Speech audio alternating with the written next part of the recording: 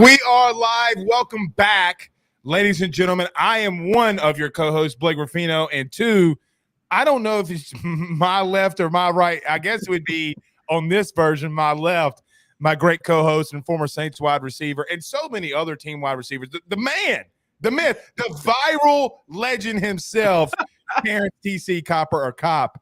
What's up, my brother? What's happening tonight? Blake, what's going on, man? Nothing much at all. Nothing much. I gotta tell you, a lot has happened since the last time we spoke live on air. Shout out to our partners over at Believe, XM Radio, and all those great things. Lavar Arrington taking shots at Drew Brees. I told you, man. The people. What is going on? We're gonna get into it. And listen, I might lose my cool. TC, I'm gonna lose my cool. I know that you were his teammate. But this stuff has got to stop, dude. Like the pot shots and all that. So, a lot we got to talk about. Jameis Winston comes out and talks about his mentality. Jameis was trending today because he was talking about, guys, I got to wear a knee brace. It's not that big of a deal. We'll talk about his mentality, though. We talked, TC, a couple weeks ago about Jameis changing as a person. I want to know from your perspective, when you change and you mature as a person off the field, just how much does that translate on the field? So I want to talk to you about that. And you know what we got to do too. Story time with TC. Story time with TC. So it's going to be fun as we get into this thing. So let's do this. Since we got a lot to get into, we didn't talk about our good people over at BetOnline last time. We didn't play the commercial. That's on me. So BetOnline, we talked to you. That's on me. So, TC, let's take 30 seconds. We'll be back. We got a lot to talk about. Let's talk about our good friends over at betonline.ag. Guys, we'll be back in 45 seconds. Our partners over at BetOnline continue to be the number one source for all of your betting needs and sports info. Find all the latest sports developments, including updated odds on the NBA playoffs, fights, and even next season's futures. And don't forget that the MLB is back as well. Who are you picking to win the World Series? BetOnline is your continued source for all of your sports wagering needs, including live betting and your favorite Vegas, casino, and poker games. It's easy to get started, so head on over to their website. Use betonline.ag. Use that promo code BELIEVE. That's BLEAV. That's BLEAV to receive your 50% welcome bonus on your first deposit. That's betonline.ag. BetOnline.ag. All right, so let's get into this thing. Let's get this thing rolling, y'all. Let's get this thing rolling. That's kind of the thing on the other show, so I can't help it sometimes. TC, I got to be just blunt and honest here. I want to get your take first and give you the ultimate floor. Okay. Lavar Arrington has come out and said again and taking shots at Drew Brees. Buddy, what am I missing? Like, you've played with him, you know him, and we've talked about this, but TC, it's every single week. What am I missing with this whole Drew Brees thing? Did Drew Brees like punk dudes on the field? Like, was he a trash talker? Did he talk about people's mamas on the field? Like, dude, what in the world am I missing with LaVar Arrington and these comments that he said about Drew last week? You know what? I don't know. I feel like I'm missing something. I feel like maybe I'm missing something. Maybe Drew is not who I thought he was, but I know Drew to be who he is. So all these other comments that people keep coming, first of all, I don't know where they're coming from. Like, why are people taking shots at him like that? I have no idea. And I like LaVar Arrington. I like him. Like, I used to love him when he played for Penn State. And even when he played in the league, but I just don't get it. It's starting to make me question, okay, what's really going on? Like, did Drew really do something to somebody? Like, what exactly did he say? I try to keep politics out of sports, okay? I understand, TC, what Drew Brees said about the flag, okay? And I understand about the Kaepernick thing. Look, just my stance on it, and this is about everything. If you're doing the right thing and the legal thing in this country, you have the right to do what you want. That's my belief. I'm not siding with anybody. I don't like getting political. I understand what Drew said, and I understand it rubbed a lot of people the wrong way. I get it. I don't necessarily agree with what Drew said completely, and I don't disagree with it. I don't know if the aftermath of what Drew said has still stayed with people or not. Now, if you missed it, Lavar Arrington said, and I'm paraphrasing here, said that Drew is not a likable guy. People in New Orleans have forgot about him, which is just not true. And people don't really like Drew, and Drew thinks he's cooler than what he really is. TC, this is where I go off. Lavar, you have no freaking clue about this state. Right? If you don't know the city, you don't know what it's like on a hot August day on Bourbon Street and everybody celebrating before football season. You don't know what it's like to get hit by a Category 5 hurricane and have to evacuate your entire family. And when COVID breaks out, Drew Brees is the guy in the cafeteria feeding local kids because their parents got laid off. Okay, at some point, TC, we have to take the man's actions. Did he take more money than most quarterbacks in the league? Did Tom Brady take pay cuts? I get all that stuff. But when a man spends $10 million, when Tom Benson, only anniversary, by the way, that Tom Benson bought the Saints in 1985, I believe it was, he was the one putting his money where his mouth was. It wasn't Gale. It wasn't Tom. It was Drew Brees. Here's my problem with all of this, TC. You as an NFL player, okay, had the luxury of playing. Why in the hell do you have to pay your money that you make when the billionaire sits up in the suite and doesn't do anything? Okay. Right. That's my problem with all. Don't say Drew's a selfish guy and he's fake and all this kind of stuff. TC, I'm a different human being than Drew. I'm more heart on sleeve type of guy. But I also have to limit myself when I put this damn camera on and I talk about sports. Okay, you have to limit yourself. My point with all of this is when do we start taking Drew Brees' actions after Katrina, COVID, whatever it was?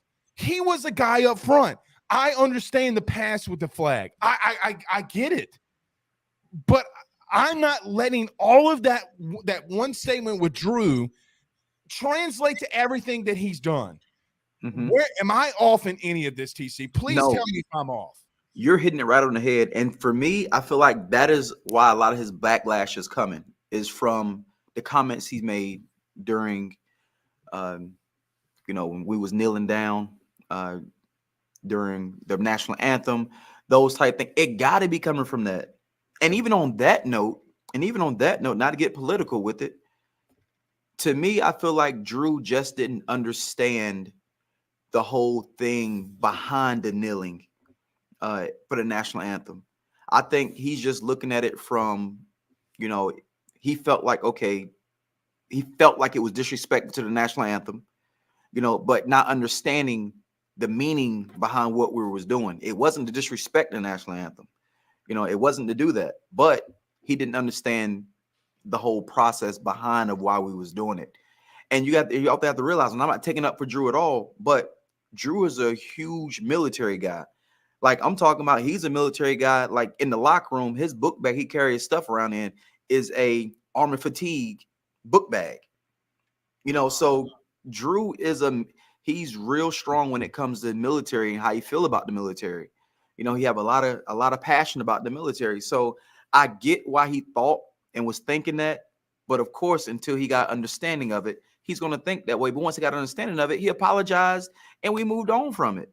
So I just don't get why people are still coming at him. Like they're judging his character, and he done so much stuff for the city of New Orleans, that people don't know about. So I just don't get why somebody outside of the playing field would really start judging him like that, especially when you really don't know him. Bingo.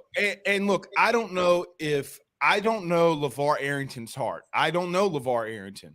I don't know if it's jealousy because he got passed up from NBC, and I don't know that. Okay. Yeah. I don't know look, there are people that I envy in this business.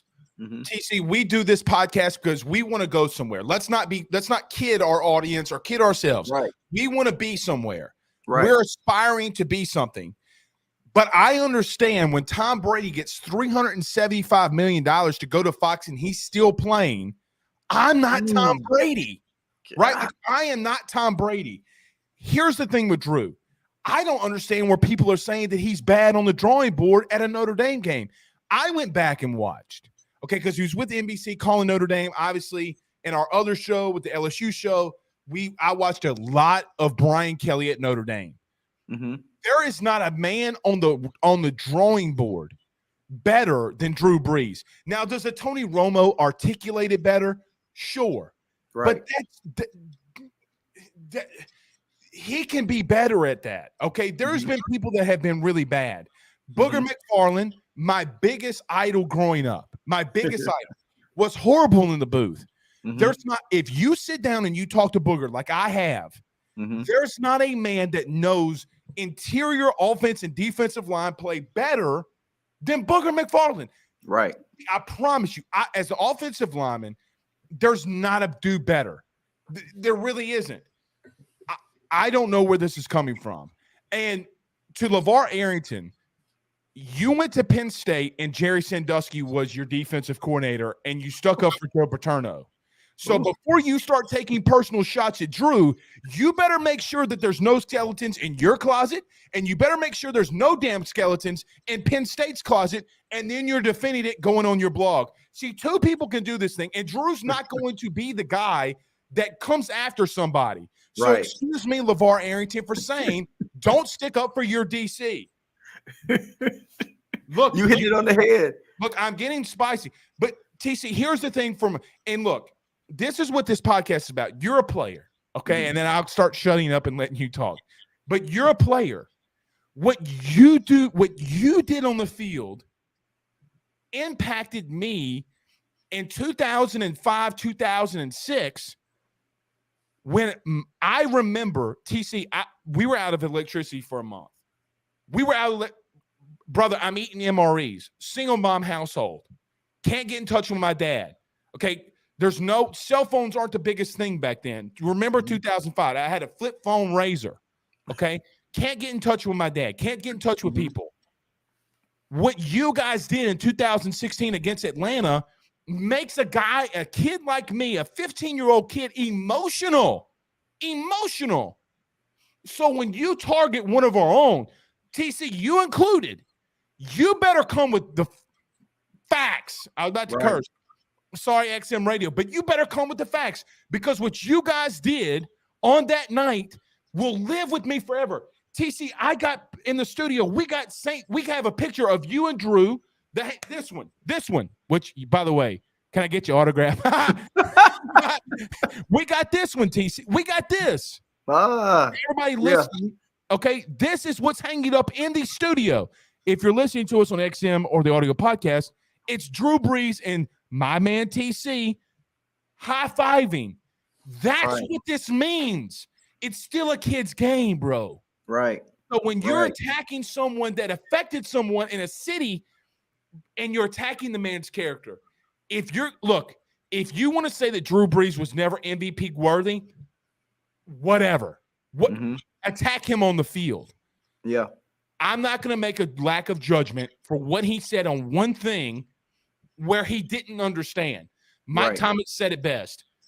He came to my house. We sat there for 5 hours, and this man was in tears because he didn't understand the impact. Look, we have to come together as a nation on a lot of issues. Okay, Drew doing that told more of me about his character than anything. So look, I've talked a lot. I'm going to shut up now, but I'm tired of it, T. Yeah.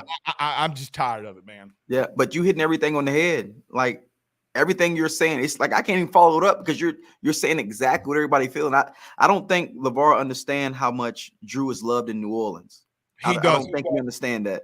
You know, I don't think you understand what he's done for New Orleans. I don't think you understand how big Drew is in New Orleans. You know, so I just think he's just talking. I don't know why he's talking like that, but I just think he's just talking just to be talking, really. I agree. Well, look, I don't want to continue to talk on this Drew thing. but it's gotten to the point where it's for me. Again, talk about him taking more money than maybe he should have to get better play. That's all on the field. When you start attacking a man's character, that's a different ball game that you're getting into. TC, though, let's transition to the quarterback. Okay. Look, we're going to continue to talk about Jameis. Okay. Now, I really need your help on this one because I know from myself, but I didn't play in the league and play so for me today as a 32-year-old man, okay, I know that if I were in the league right now, I would be different than what I was at Southeastern at 21. Okay. I continue to see the mentality of Jameis Winston going in a place where TC, I think he can be a Pro Bowl quarterback. Because of what he's doing off the field, the maturity, having a wife, having a child, having the injury, having the focus. TC, when you mature as a person and everything that you're doing off the field, how much does that really translate on the field? I give you the floor, my friend. So let's think about it when you're maturing off the field. A lot of time when you're maturing off the field is you're learning how to talk to people better. You're learning how to be accountable for the stuff that you are accountable for, not pointing the fingers or putting the blame on anybody else. You're starting to take ownership of things that you should take ownership of.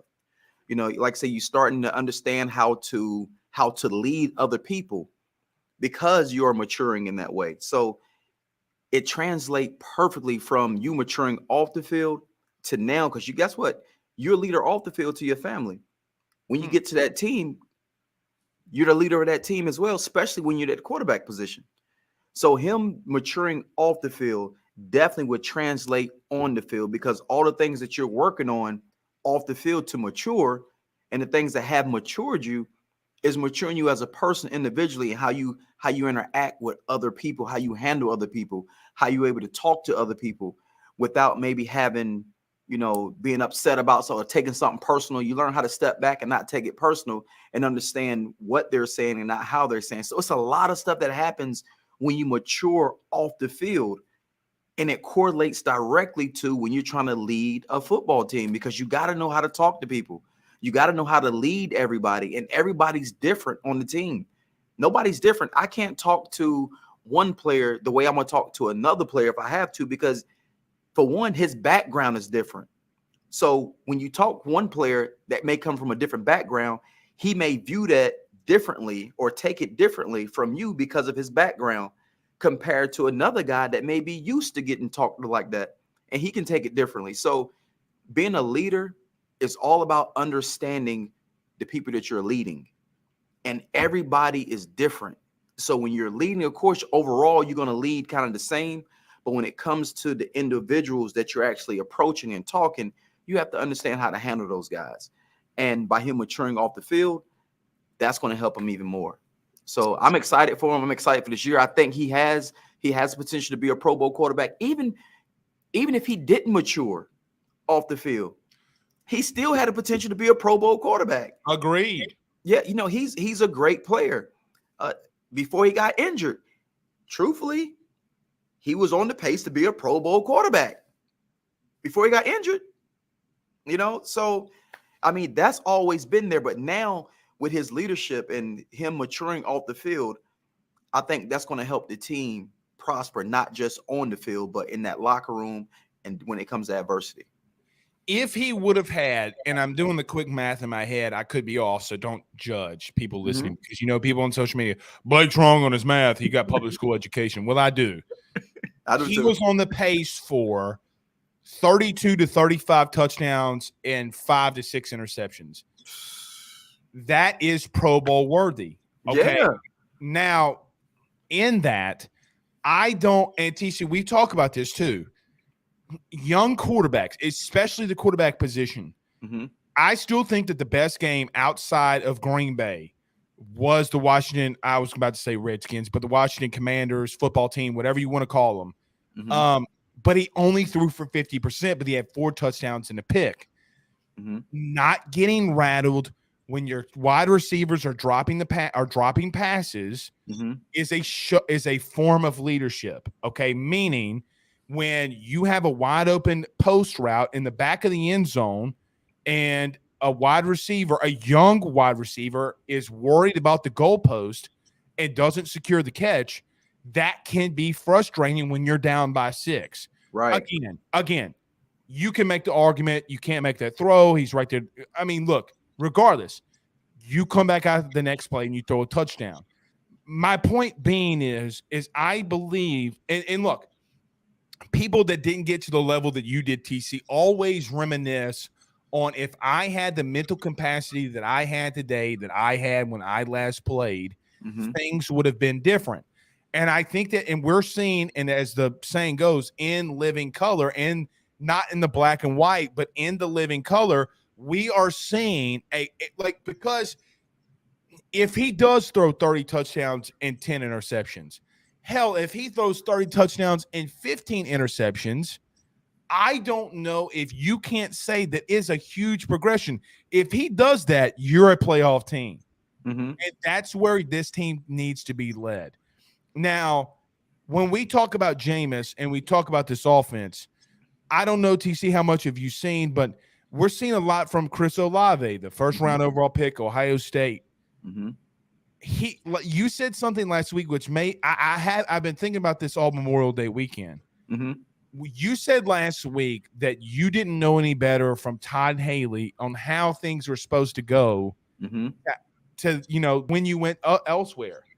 When I see Jameis out at OTAs telling the man how he wants him to run the route because this is his offense and how he wants to break it off, bro, he doesn't know any better. And I think that translation that you brought into last week translates different into OTAs now. Do you see that? And is that something that could be worked out in OTAs with a young wide receiver like Chris Olave? I think so. I think the first part of it is I love how Jameis Winston is communicating with him.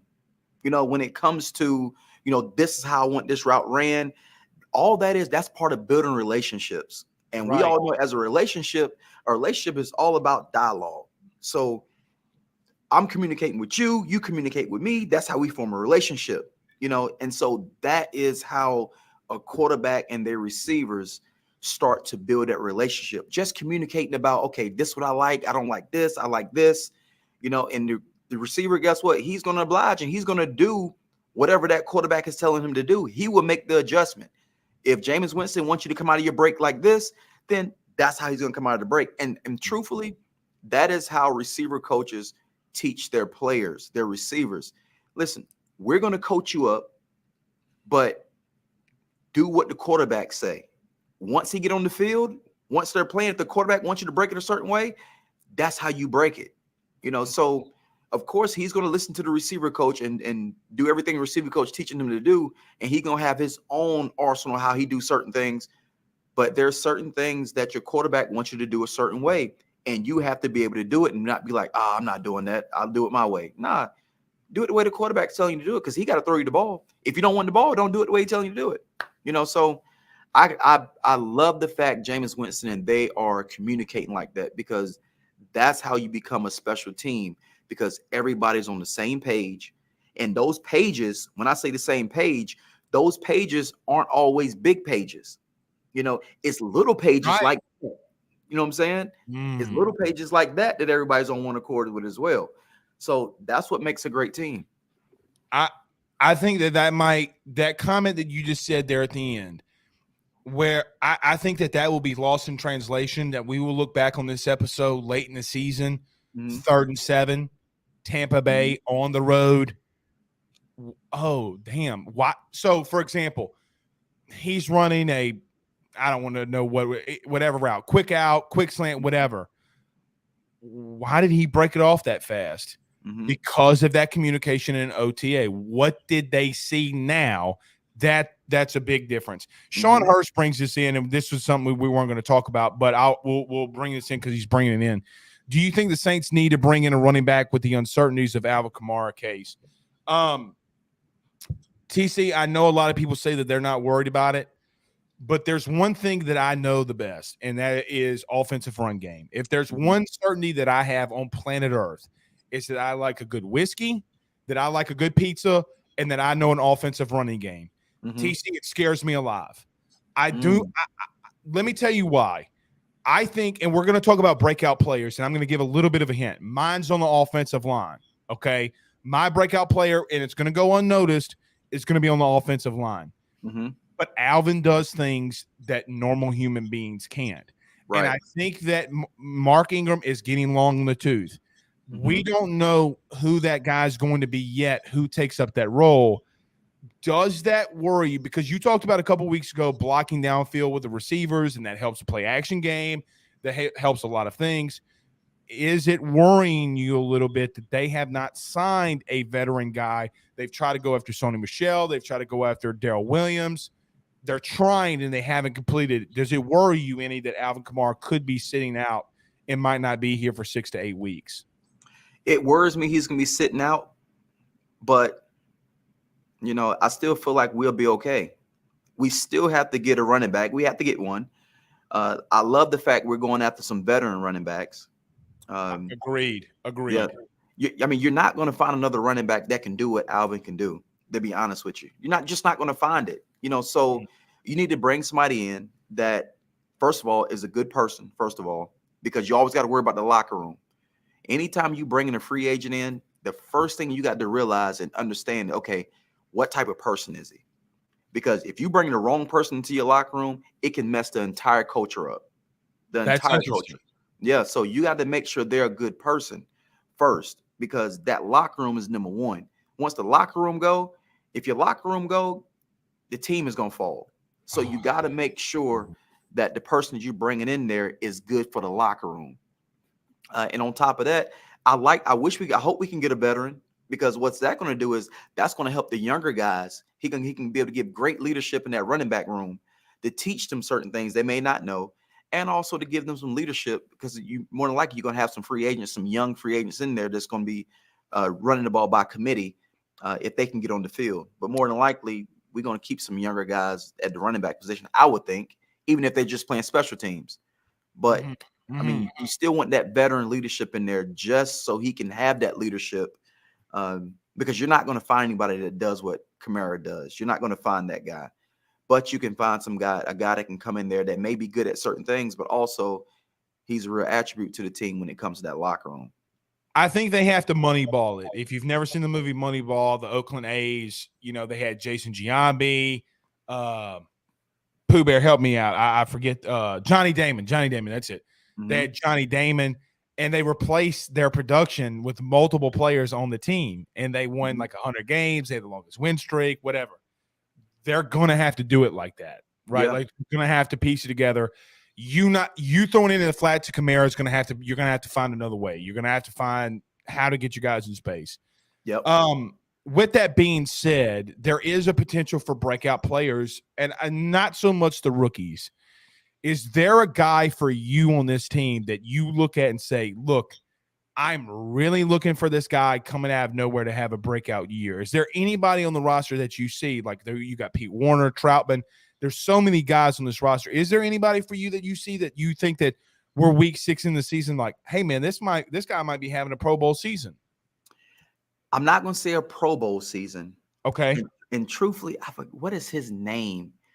He's our return guy. His name slipped my mind. He's our return Hardy. guy. Are you talking about Dante Hardy or not Hardy?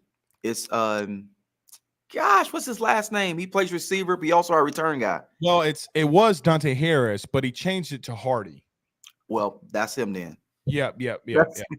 Number 11. Him. Number 11. Yeah, he changed it to Hardy. I'm excited to see what he does, because last year he had some flashes. He had some flashes of doing some good stuff, whether that's in the receiver game or the return game. So for me, I feel like he's going to be a kept secret. He's one of our biggest weapons that's a kept secret for a little while. But every time he gets the ball in his hand, something great happens. Something good happens every time he gets the ball in his hand. So I'm looking for him. He's a guy that's flying under the radar. Of course, you got these other big name receivers that's coming in or coming back. But I think he's one guy that can really make a difference in games. And I'm excited to see what he's going to do. The wide receiver picks a wide receiver. And I got to say this, the offensive lineman picks an offensive lineman. Right. I think Cesar Ruiz is due.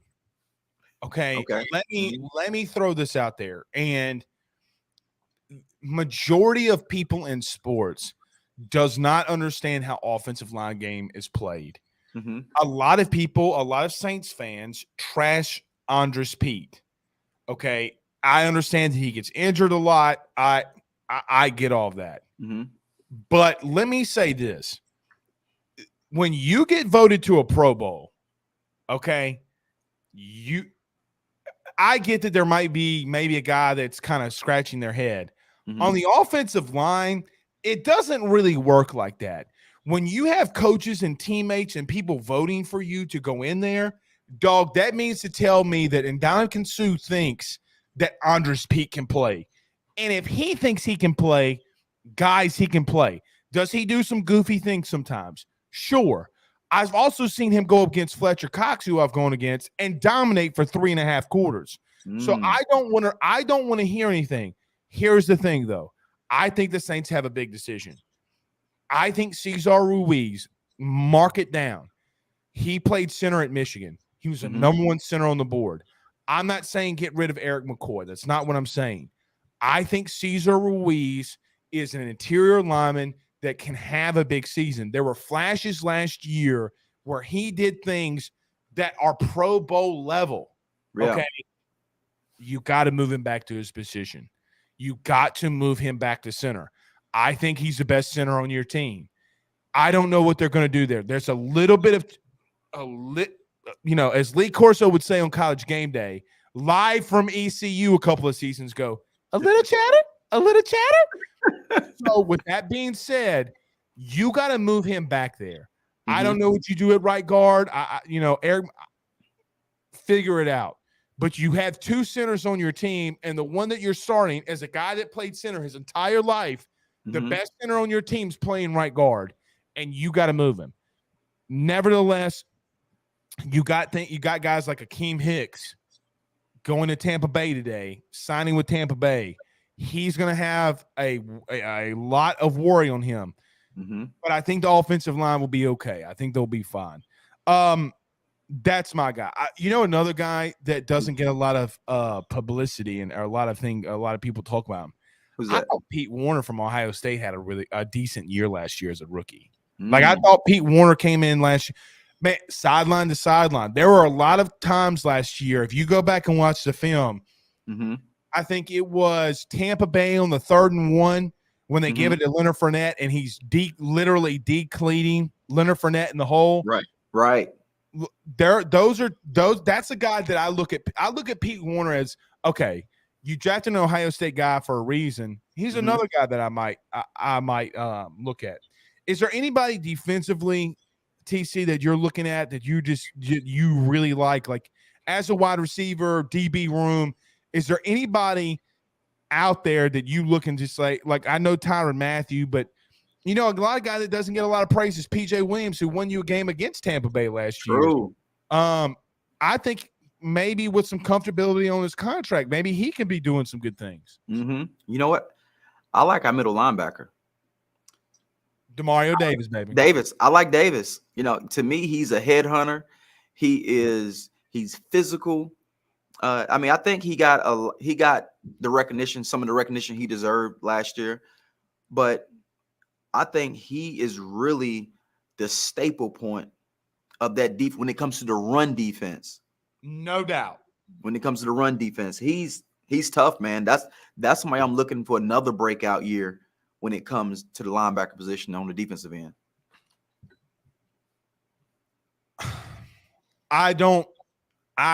We have broken LSU news before. Stay with me here. I'm not getting into this with the Saints game because it's a very toxic when you start talking about sources and, all this kind of stuff with the Saints. The only thing with Demario Davis that worries me, I'm not saying that he's going to sit out or I'm not saying that. They did restructure his contract. I'm interested to see how they're going to appease him before the start of season. I'm not saying he's not going to play without a new contract. That's not what I'm saying. Mhm. There are some rumors. There are some things flying with DeMario. He is however, he is, without a shadow of a doubt, the most underrated middle linebacker in the NFL, and it's Right. not close. He has the same amount of tackles as Bobby Wagner, tackles for loss, assist. He is a Pro Bowl guy. Why he doesn't get the love and praise that he deserves is beyond me. You know what? I think he needs to do it more than 1 year. Because to me, he may have done it more than 1 year, but I only remember this year, the last year he just played. Last year was his best year. You're right. It wasn't close. Yeah, he has to continue to follow that up. Once he followed that up again, it's like, oh, it's not just it's a fluke. He just had a good season this year. But if he follow it up and continue to be consistent, he may not have the exact numbers he had last year, but if he can just be consistent, that's when guys will start really paying attention to him. But in order for you to make the Pro Bowl or anything like that, you can't just do it 1 year. Like you gotta be consistent with it. I can see that. Last one. We're talking about this with Drew, and that we got to get to TC story time. Okay. Seeing Tyrann Mathieu in black and gold on the field gives me chill bumps, man. Let me say this. As a half of the co-host on Believe in Saints, I want to DM Taysom Hill and ask him and I know that he's got the number for his brother, and I respect that. I'm not telling him to give the number 7 to Tyrann Mathieu. I gotta see TM7, man. As a Louisiana guy through and through, I gotta see it. I want to see him return a punt. TC, do you know what would happen in that dome if that man returned a punt? It would go bananas. The roof would blow off. Great. Hey, look, speaking of jersey swap, money, if you give enough money, he can get that jersey. Hey, look, I'll tell you a quick story what happened to me when I was. It's story time. I love this. Let's go. Look, this just whiskey and red panties. So this is just one of the little quick stories. This is not what I was going to tell, but it just came to mind when you talking about the jersey swap. So, and I feel kind of bad about it, but I don't feel bad about it. So my last year in Kansas City, we was in training camp. This was in my 10th year. This one actually got released. So we brought in Chase Daniels. Oh, yeah. You Chase Daniels from Missouri? Shout out Chase. Yeah, shout out to Missouri. So I'm wearing number 10. I've been number 10 for the last 4 years. So he's coming in. He was like, well, Cop, what I got to do to get that number? Very quickly, to really interrupt you, was he on the team when you were in New Orleans? No, he wasn't. Okay. No, continue. He wasn't. Okay. So he was like, Cop, what I got to do to get this jersey? So we actually ended up coming up with, $25,000, some headphones. But I don't think I ever got the headphones, Chase. I didn't ever get the headphones. We're clipping the headphones. But the reason why I say I felt bad about it, but I don't feel bad about it, is because I got cut that year. He would got the number for free if he would just held on. But I'm thankful for him. You know, he was a man of his word. He kept his word, so I can't say he didn't. He kept his word. But if he would have held off to a training camp, he would have got the number for free. Well, first off, shame on the Kansas City Chiefs for cutting you. That's some bullshit. Number two, TC, how much does that really go on? Like, I don't know about jersey swaps, but like deals like that, like stuff like that, like how much of that really goes on in the locker room? It goes on, but it's not going to happen a lot because you usually don't have guys that come in, rookies that come in and want their number that bad that they will pay you to get their number.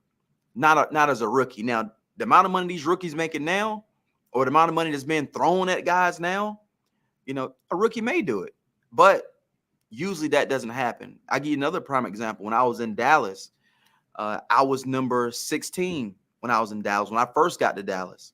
And that was my number. I was there through OTAs. Well, we signed Vinny Testaverde before training camp. Look, they didn't even ask me. The trainers just took my number and gave it to Vinny and gave me number 18. So that's how I got the number 18 number, because they took my jersey number 16. That was my original number, and they just gave it to Vinny Tesford. They didn't ask no questions. They just gave it to him. Jerry Jones put salt on his McDonald's sausage biscuit. Did you see Hard Knocks last year? This man orders. This is a shame because they did this to you and signing Vinny Testaverde and taking your number. I'm going to defend you right quick. This man went on Hard Knocks, opened a McDonald's sausage biscuit, put it on a gourmet plate, opened the biscuit up, and poured salt on it. On the sausage. Who did that? Jerry Jones did. Oh my God. So Okay. the rational thinking of Jerry Jones and him signing Vinny Testaverde to take your number, I mean, man, it's too much salt in his diet, in his breakfast. It's too much salt in the breakfast. Let me say this though too. I think I'm going to start eating McDonald's every morning for breakfast. Warren Buffett, McDonald's every morning for breakfast. Jerry Jones every morning for breakfast. The only thing that's correlation is these two guys are billionaires and they eat McDonald's every morning for breakfast. TC, I'm the fat offensive lineman wants a sausage biscuit every morning from McDonald's. Is that too outlandish? I don't think you should do it. I don't think you should do it. Look, the way McDonald's, my wife would kill me. Look, the way McDonald's food is, look, you might not be living long. So I don't know. True. You don't need to eat that every day. Speaking of story time, so let's get into it. Okay. Did you ever see the story that a guy bought a Big Mac and left it in his garage for 10 years and he opened it up and the patty was still like no mold on it, like it was completely fine? Wow. Nah, I never heard that. That's crazy. Yeah, and we're eating that. Yeah, I stopped eating McDonald's like when I was in college. Yeah. Like I stopped. It was terrible. I'm not going to lie. Let me say this. I am a sucker for a big family breakfast. Whether it doesn't matter if it's home cooked, it doesn't matter if it's like McDonald's. So let me tell you something. We used to have this DB that played with us. He may or may not have intercepted Tom Brady in the Super Bowl. I would have to drive him to his apartment every single day. And every single time he would say, this is so weird. Hey, Blake, and this is summer workouts. Hey, Blake, you can take me by McDonald's. I got to get my breakfast. This dude is intercepting Tom Brady for the Falcons in the Super Bowl. The translation is just so wild to me about everybody eating McDonald's. It's crazy. McDonald's, you got to pay us for this advertisement here too. All right, TC, let's get to story time, man. We got a little bit time to get into it. All right, so go ahead. You want to say something? I was going to ask you what's on the slate for tonight. Go ahead. So the story time is kind of more of how my career went, just my thoughts on how my career went. Okay, this is going to be great. And if you look at my career, you would think, man, he retired in his 10th year. You know, he had a great career. And truthfully, when you look at it, I did have a good career. I can't complain about that. But it didn't go the way I wanted it to go. I was a guy that wanted to stay on one team my entire career. Right. You know, I didn't want to be a journeyman. I didn't want to have to go from this team to this team to that team, and so I love the fact that I played as long as I did, but it didn't go the way I wanted it to go. And another example of that is I wanted it to be a full-time starter when it came to the receiver position. But I was a real big special teams guy, and I was great at special teams. But what that did was mentally, I could never get out of the special team mode. And truthfully, it's a double-edged sword with it. The fact that I was real big in special teams, I got that special teams tag. He's a special teams guy. So yeah, I would rotate in sometimes at receiver, and I got playing time at receiver, but I wanted to be a starter. I wanted to be a guy that was 1, 2, and number 3, not number 4. The special teams guy. But it also was a gift and a curse, because the fact that I played special teams and I was real good at special teams, it was easier, not saying it was easy, but it was easier for me to stay in the league longer because I wasn't just a wide receiver. I could play special teams. My worth was a lot higher than somebody that just played wide receiver that wasn't a starter. So for me, that is my biggest, I'm not going to say regret because I appreciate it and I'm thankful for it. But if I could have changed anything, it would have been getting my mindset out of being a quote unquote special teams guy and really trying to do what I was trying to do, and that's play the receiver position. But I'm also thankful for it because that's the reason why I stayed in the league as long as I have, or as long as I did, was because I could play special teams. And I remember one time I went to Baltimore. Shout out to Baltimore Ravens. I went to Baltimore when I left New Orleans. I went to Baltimore, and it was me there, and it was some other receivers there that was pretty good. I remember just as good. They brought me up to the locker room. And that was the 08 season. 08 season. Yep. Halfway to 08 season. Halfway to 08 season. I left New Orleans exactly halfway of the season. And I went to Baltimore. And they brought me up in the office like, listen, Cop, we're going to keep you. We're not going to sign the other receivers. And this is the reason why. Because all they play is receiver. You play special teams and receiver. So my value was higher. I had more value than just the average receiver that plays receiver. So even though my playing years was great, but me playing special team was a gift and a curse because I feel like it hindered me. It hindered me as a receiver because of the special teams tag that I had, that I would never get that special team tag off because I was great at it.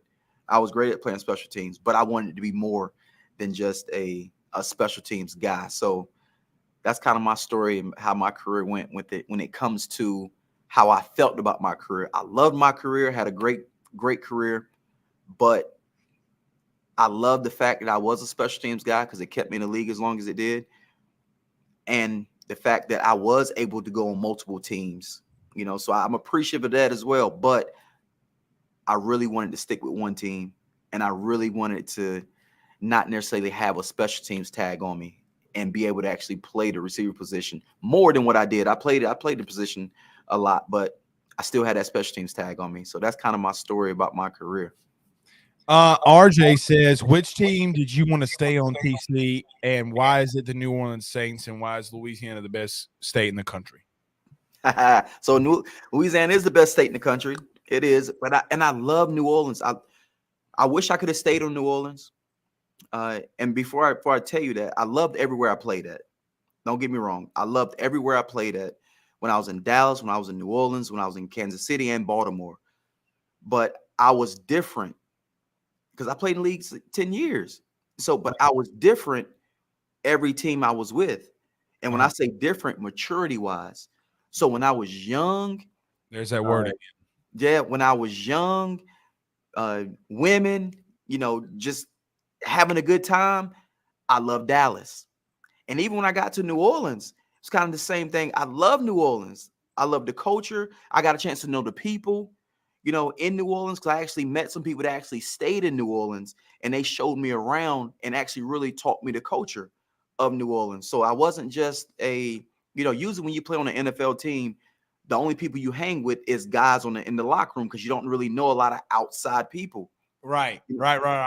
Yeah. So, but I actually got a chance to meet people in New Orleans and really hang with people in New Orleans. So that's what made me fall in love with the culture because I actually knew about New Orleans because I was being chaperoned around and taken to different places and talking about this and that. So I actually learned it. So I really love New Orleans. But when I got to Baltimore, I was still kind of the same. But when I got to Kansas City, I became more of a family guy.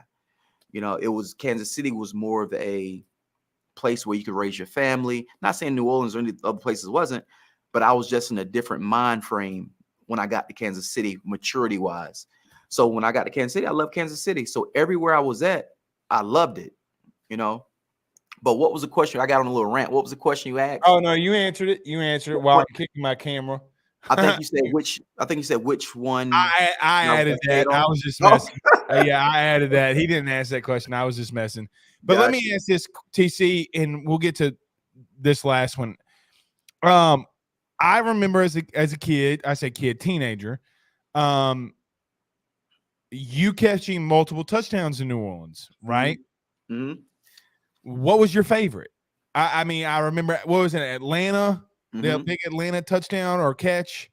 But what was your favorite? Like, was it the first one? Like, I don't think that I could ever get over the first touchdown that I would ever have in the NFL. But what was the best moment or touchdown or reception?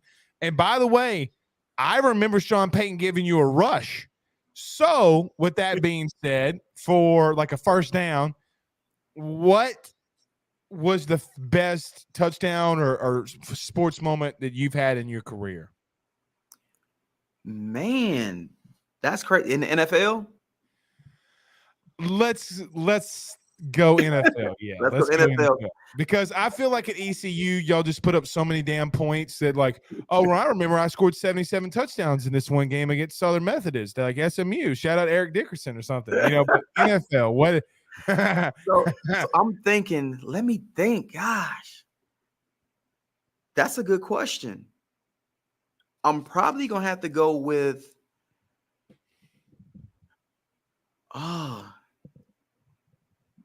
Blake, you got me thinking, man.